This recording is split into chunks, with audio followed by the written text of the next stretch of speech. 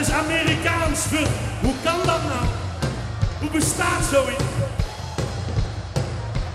Waarom maken we dit nog mee? Zoiets.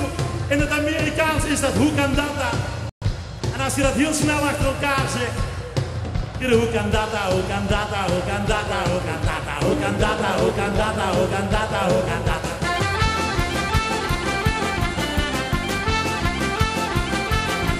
En al zo lang ik begreep het niet.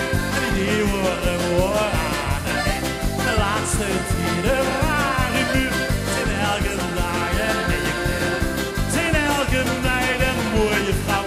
Ik al dagenlang, hoe kan dat nou? Hoe kan dat nou? Hoe kan dat nou? Hoe kan dat nou? Hoe kan dat nou? Hoe kan dat nou? Hoe kan dat nou? Hoe kan dat nou? Het hoeft niet altijd erg te zien. Niet altijd somber en niet altijd vieze grauwe lucht. Sla je ramen en op je vlucht. En het goeie het gebeurt niet gauw.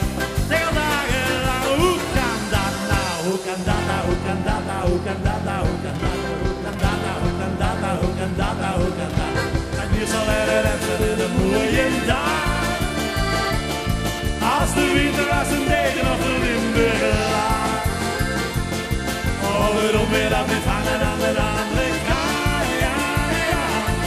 Op het plein onder de buur in een andere laag. Midden in de nacht, dan weer overdag. Als er een donderslag, oh, hoe kan dat nou?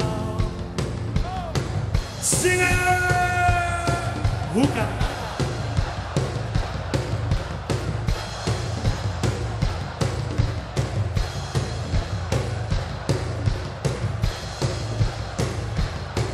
Hoe kan dat nou? Hoe kan dat nou? Hoe kan dat nou? Hoe kan dat nou? Hoe kan dat nou? Hoe kan dat nou? Hoe kan dat nou? Hoe kan dat nou? Hoe kan dat nou? Hoe kan dat nou? Hoe kan dat nou? Hoe kan dat nou? Hoe kan dat nou? Hoe kan dat nou? Hoe kan dat nou?